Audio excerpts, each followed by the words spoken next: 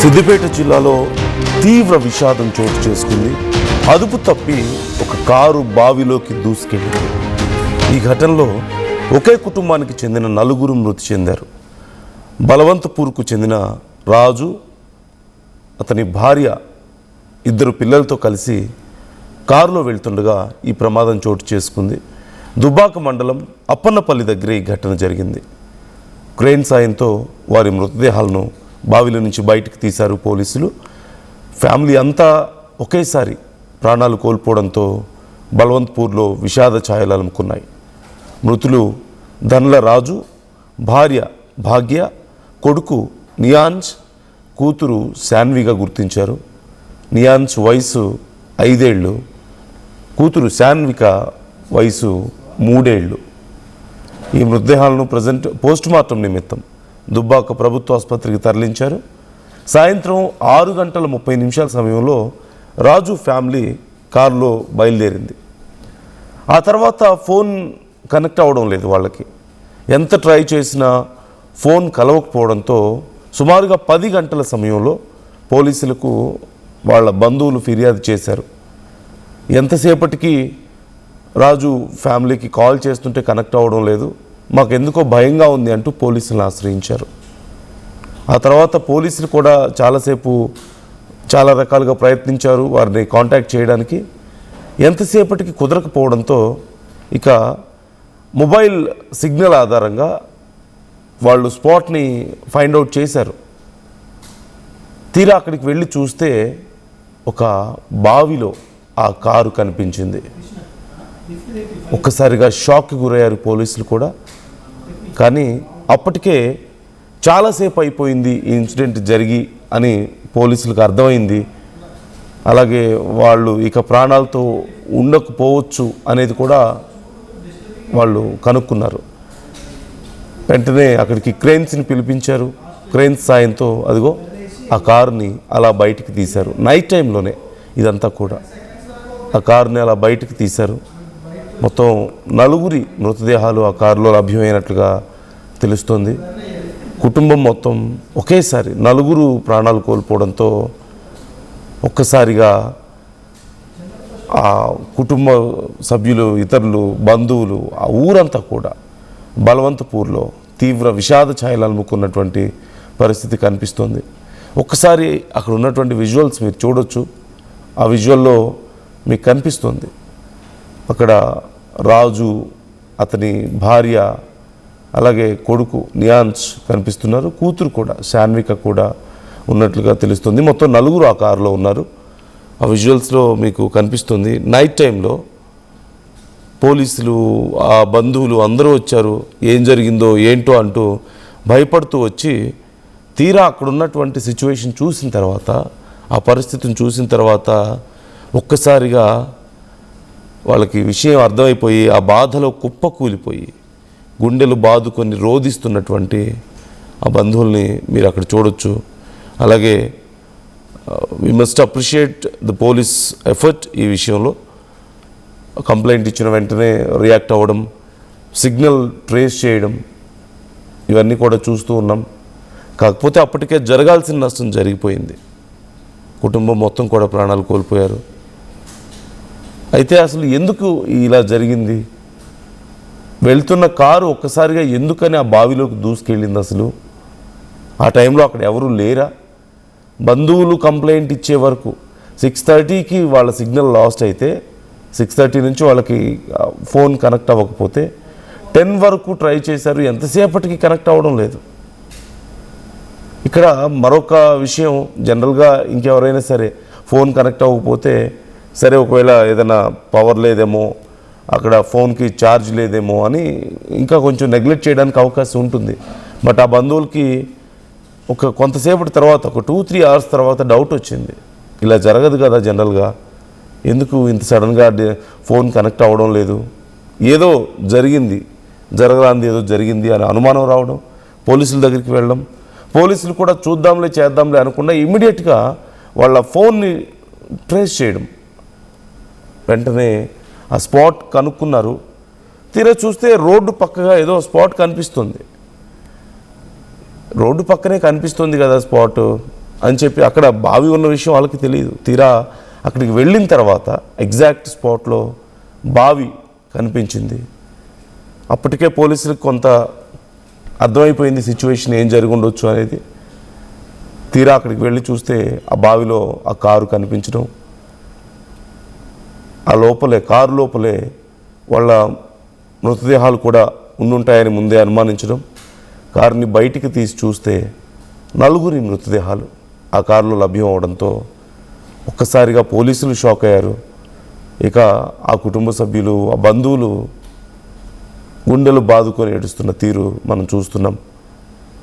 అక్కడ పోలీసులు చాలా కష్టపడి ఆ కార్ని ఆ క్రేన్ సాయంతో బయటికి లాగడానికి ప్రయత్నించడం మనకు కనిపిస్తుంది. ఈ అంశానికి సంబంధించి మనం మరిన్ని డీటెయిల్స్ తెలుసుకుందాం. మా ప్రతినిధి మహేష్ జాయిన్ అవుతున్నారు మనతో. మహేష్, అసలు ఎలా జరిగింది ఇన్సిడెంట్? పోలీసులు ఏమైనా చెప్తున్నారా ఎలా జరిగి ఉండొచ్చు అనేది? అక్కడ గెస్ట్ చేయగలుగుతున్నారా?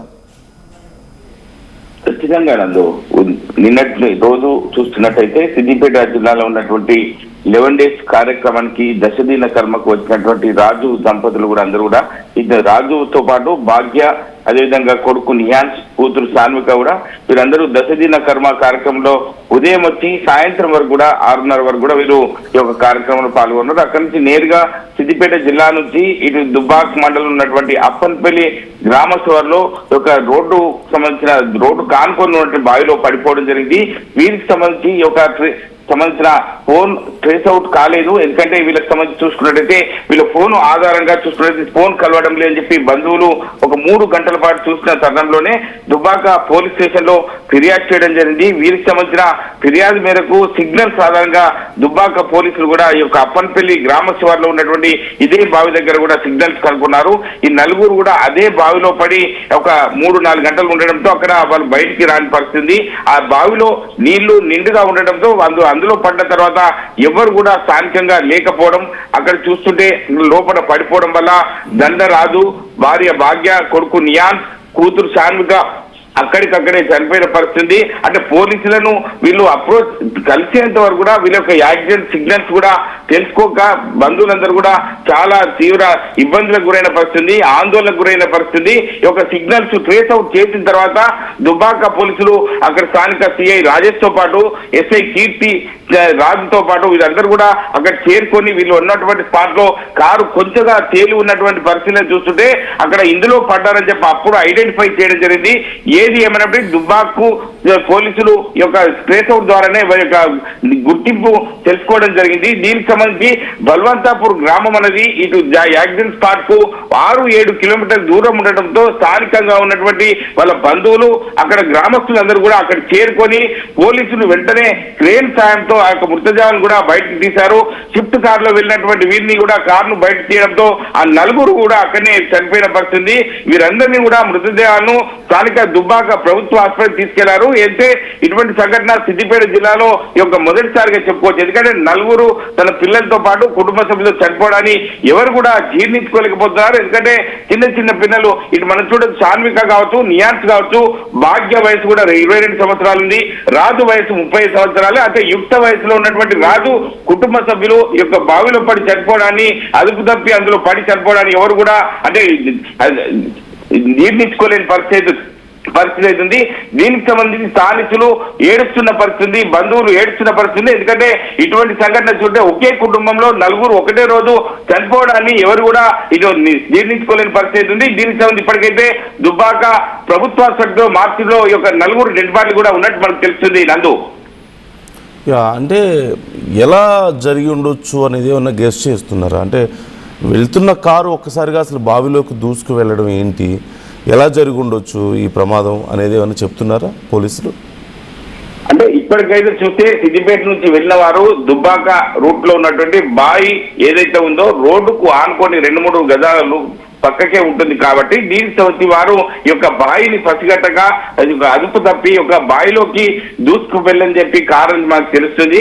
అది పడిపోయిన తర్వాత అక్కడ స్థానికంగా ఎవరు లేకపోవడం వల్ల వారు అందులోనే ఉండడం వల్ల 4 కూడా అక్కడనే చనిపోవడం, వీరికి సంబంధించి 3-4 గంటల పాటు వీరి యొక్క ఫోన్లు కలవడం లేదని చెప్పి ప్రధానంగా వాళ్ళ బంధువులు ఫోన్ చేస్తున్నా ఫోన్ కలవని అని చెప్పి పోలీసులను ఆశ్రయించారు. ఆశ్రయించిన తర్వాత పోలీసులు ఒక సిగ్నల్స్ ట్రేస్ అవుట్ చేస్తుంటే ఆ సిగ్నల్స్ అక్కడే కట్ కావడం వల్ల వారు అక్కడ పడిపోయి ఉన్నట్టు మనకు ఆధారాలు తెలుస్తున్నాయి. దీనికి సంబంధించి వారు అదుపు తప్పి బావిలో పడడం, వాళ్ళ బావిలో నుంచి బయటకు వెళ్ళక ఇక అక్కడనే చనిపోవడం వల్లే వాళ్ళ యొక్క సిగ్నల్ ట్రేస్ అవుట్ చేసి వారు ఉన్నటువంటి మృతదేహాలను కూడా వెలికి తీసిన పరిస్థితి ఉంది. అక్కడ చూస్తుంటే భయానకమైన వాతావరణం ఉంది. ఎందుకంటే జరిగిన స్పాట్ నుంచి వీళ్ళు గ్రామానికి బలవంతపూర్ గ్రామానికి 6-7 కిలోమీటర్ల దూరంలో ఉంటుంది. ఈ దీనికి సంబంధించి బంధువులు గ్రామస్తులు అక్కడికి చేరుకోవడము, అదేవిధంగా అప్పనపల్లి గ్రామస్తులు అక్కడికి చేరుకోవడం వల్ల చాలా మంది అక్కడ చేరుకొని వీరి యొక్క తీస్తున్న ట్రైన్ సాయంతో తీస్తున్న సందర్భాలను బట్టి చూస్తుంటే ప్రతి ఒక్కరు ఆర్తనాదాలు కొట్టుకుంటున్న పరిస్థితి ఉంది. ఎందుకంటే ఈ యొక్క నలుగురు వారి యొక్క కుటుంబానికి సంబంధించిన వారు కాబట్టి వాళ్ళ గ్రామస్తులు వీళ్ళందరి మధ్యలో ఏడుపులతో అక్కడ పరిస్థితి మనం భయానకంగా ఉందని చెప్పుకోవచ్చు. అక్కడ చూస్తుంటే దీని సందర్భంలో చూస్తుంటే పోలీసులు మాత్రం షాక్ గుయ్యారు. వాళ్ళు ట్రేస్ అవుట్ చేసేంత వరకు కూడా బంధువులకు స్థానికులకు కూడా ఎవరికి తెలియకపోవడం వల్ల చాలా ఇబ్బందులు అయితే ఎదుర్కొన్నట్టు మనకు తెలిసింది నందు. అంటే పోలీసుల్ని అప్రోచ్ అయ్యే టైంకి 10 o'clock అయింది అంటూ చెప్తున్నారు నైట్. సో ఈ మొత్తం పోలీసులు ఎంతసేపట్లో ట్రేస్ చేయగలిగారు, అక్కడికి ఎంతసేపట్లో వెళ్ళగలిగారు, ఆ తర్వాత ఈ రెస్క్యూ ఆపరేషన్ ఆ బయటికి తీసే కార్యక్రమం ఎంతసేపు జరిగింది, ఏ టైంలో జరిగింది ఇదంతా కూడా నైట్?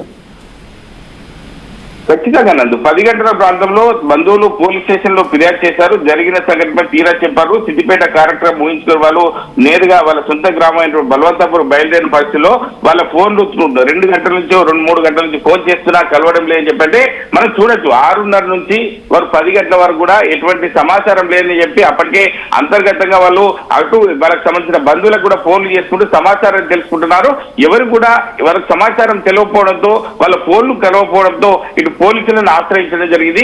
వీరికి సంబంధించి 11 గంటల ప్రాంతంలో వీళ్ళు పోలీసులు అక్కడ సంబంధించిన ట్రేస్ అవుట్ చేసి అక్కడ చేరుకునే ప్రయత్నంలో 1 గంట 2 గంటల వరకు కూడా ఈ యొక్క రెస్క్యూ ఆపరేషన్ అయితే నడిచింది. వారి యొక్క మృతదేహాలను బయటకు తీయడము స్విఫ్ట్ కార్ తో పాటు బయటకు తీసిన తరుణంలోనే నలుగురు కూడా అదే కారులో ఉండి అక్కడ డోర్ తెరవగానే నలుగురు శవాలు కూడా అదే కారులో పడి ఉండడంతో అందరూ నివ్వెరపోయే పరిస్థితి ఉంది. నలుగురు అక్కడికక్కడే అదే బావిలో పడి చనిపోయిన పరిస్థితి ఉంది. దీనికి సంబంధించి అవన్నీ మృతదేహాలను కూడా స్థానికంగా ఉన్నటువంటి దుబ్బాక ప్రభుత్వ హాస్పిటల్ తీసుకెళ్లారు. ఇప్పటికైతే పోలీసులు పంచనామా చేసి ఇది చేసే పరిస్థితి ఉంది మన నందు. Yeah right, thank you Mahesh, thanks for the details. So ఇప్పటికే నలుగురి మృతదేహాలను కూడా పోస్ట్ మార్టం నిమిత్తం పంపించినట్లుగా తెలుస్తోంది. కుటుంబం మొత్తం ఒకేసారి ప్రాణాలు కోల్పోవడంతో ఆ ప్రాంతం అంతా బల్వంతపూర్ అంతా కూడా విషాద ఛాయల్లో అలుముకున్నటువంటి పరిస్థితి కనపడుతోంది. భర్త రాజు, భార్య, 2 పిల్లలు. అయితే అసలు ఈ ప్రమాదానికి కారణం ఏంటి అనేది చూస్తే కేవలం కొన్ని అడుగుల దూరంలోనే, రోడ్డుకి కొన్ని అడుగుల దూరంలోనే ఆ బావి ఉంది. నైట్ టైం కొద్దిగా అదుపు తప్పింది కారు. అదుపు తప్పడానికి కారణం ఏంటి అనేది ఎగ్జాక్ట్గా ఇంకా తెలియలేదు. అదుపు తప్పింది, ఆ బావిలోకి దూసుకెళ్ళింది. 6 కిలోమీటర్ల వరకు దగ్గరలో ఇక జనసంచారం లేదు. అప్పటికే నైట్ టైం చీకటి పడిపోయింది. ఈ ఇన్సిడెంట్ ఈవినింగ్ టైంలో జరిగి ఉండొచ్చు అని చెప్తున్నారు, అరౌండ్ 6 o'clock. అయితే ఆ టైంలో అక్కడ పెద్దగా జనసంచారం లేకపోవడం, ఇన్సిడెంట్ జరిగిన తర్వాత ఒకవేళ ఆ రోడ్డు మీదుగా కొంతమంది ఎవరైనా వెళ్ళున్నప్పటికీ కూడా అప్పటికే కారు బావిలో పడిపోయింది. సో ఆ బావిలో ఆ నీళ్లలో వారు ఉక్కిరిబిక్కిరైపోయి ఊపిరాడక ప్రాణాలు కోల్పోతున్న బయట ఉన్న వాళ్ళకి తెలిసే పరిస్థితి లేదు. ఆ క్షణంలో ఎవరూ చూడలేదు. అక్కడ సీసీ కెమెరాస్ లాంటివి ఏమీ లేవు, అంతా పక్కనంతా కూడా పొలాలు కావడంతో. కాబట్టి అదొక ఇన్సిడెంట్ జరిగింది అని కూడా ఎవరికీ తెలియని పరిస్థితి. ఒకవేళ వచ్చిపోతున్నా కానీ ఆ దారిలో బంధువులు సుమారుగా ఒక 4-4.5 గంటల సేపు ట్రై చేశారు కాల్ చేయడానికి. ఎంతసేపు ట్రై చేసినా కాల్ కనెక్ట్ అవ్వకపోవడంతో ఇక కొంత డౌట్ వచ్చింది వాళ్ళకు కూడా, జరగరాంది ఏదో జరిగి ఉంటుంది అని భయంతో పోలీసుల దగ్గరికి వెళ్ళారు. వెంటనే పోలీసులు ఆ ఫోన్ని ట్రేస్ చేశారు. తీరా చూస్తే అదిగో ఆ బావిలో ఆ ఫోన్ సిగ్నల్ చూపించింది. వెంటనే పోలీసులకు అసలు విషయం అర్థమైపోయింది. ఒక క్రేన్ని తీసుకొచ్చి ఆ కారుని అలా బయటకు తీశారు. కానీ అప్పటికే అక్కడికి చేరుకున్న బంధువులకు కూడా అసలు విషయం అర్థమైపోయి అక్కడే కుప్పకూలిపోయినటువంటి పరిస్థితి నెలకొంది. మొత్తం మీద పోలీసులు చాలా శ్రమించి ఆ కారుని బయటకు తీశారు, మృతదేహాలని బయటకు తీశారు, పోస్టుమార్టం నిమిత్తం హాస్పిటల్కి తరలించారు. అయితే ఇంకా ఎగ్జాక్ట్గా ఏం జరిగింది, ఏదైనా కారులో సమస్య ఉందా, ఇంకేదైనా జరిగి ఉండొచ్చా అనే కోణంలో కూడా పోలీసులు విచారణ చేస్తున్నట్లుగా సమాచారం అందుతుంది. ఈ అంశానికి సంబంధించి మీ అభిప్రాయాలు ఎలా ఉన్నాయి కామెంట్ చేసే ప్రయత్నం చేయండి.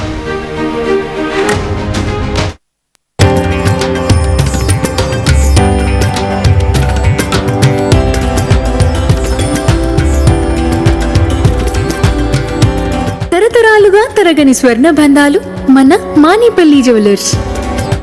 టోర్నమెంట్